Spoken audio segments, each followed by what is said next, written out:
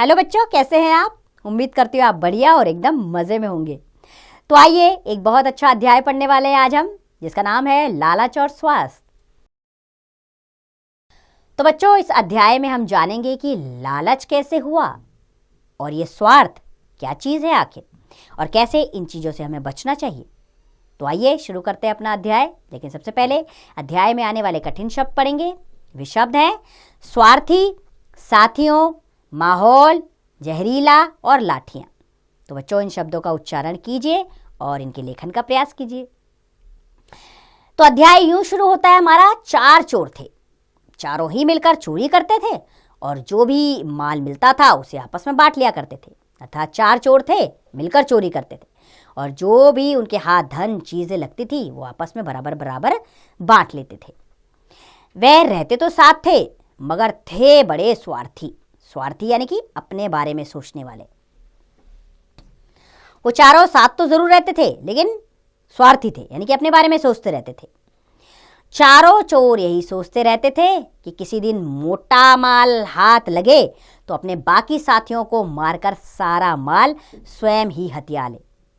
बस वो यही सोचते थे कि अगर बड़ा माल हाथ लग गया तो अपने सारे साथियों को एक तरफ करके वो सारा माल मैं ले लूं।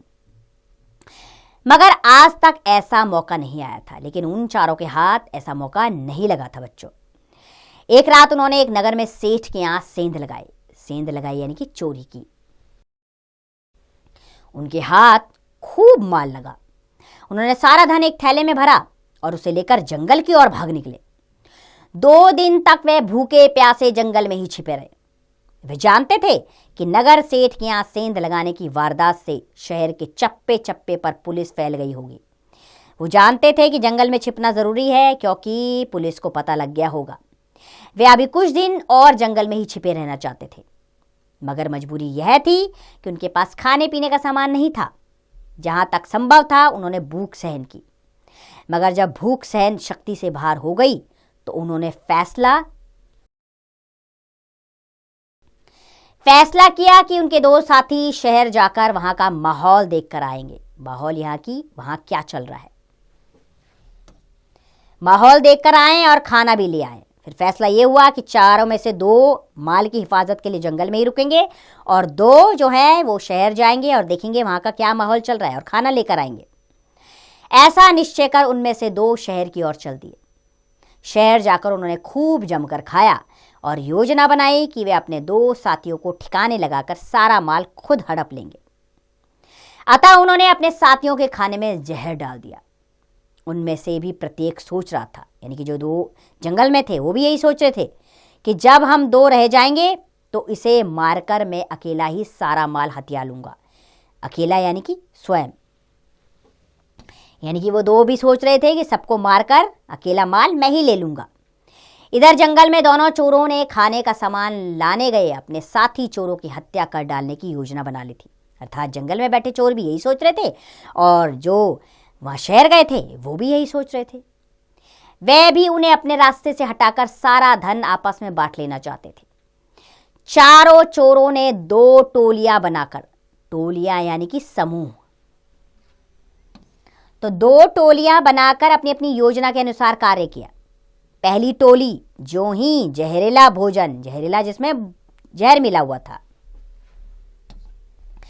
जहरीला भोजन लेकर जंगल में पहुंची कि दूसरी टोली ने उन पर हमला कर दिया। उन्होंने लाठियां बरसाकर उनकी जान ले ली। फिर वह निश्चिंत होकर भोजन करने बैठ गए। अर्थात जो शहर से 2 आए थे उन पर जंगल के बैठे हुए दोनों चोरों ने लाठियां बरसाई और उन्हें मार दिया। उसके बाद वो निश्चिंत होकर भोजन करने बैठ गए, मगर जहरीला भोजन खाते ही वह दोनों भी तड़प तड़प कर मर गए।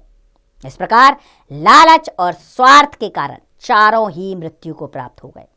अर्थात किसी के हाथ भी कुछ नहीं लगा। ये किसका परिणाम हुआ? लालच और स्वार्थ के कारण। तो बच्चों, हमें हमेशा ध्यान रखना चाहिए कि बुरे काम का नतीजा बुरा ही होता है। अपने जीवन में अच्छे काम करिए, आगे उसका परिणाम अच्छा ही निकलेगा।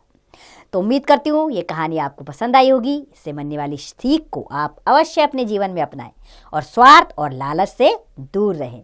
अब इसका अभ्यास कार्य आप स्वयं कीजिए।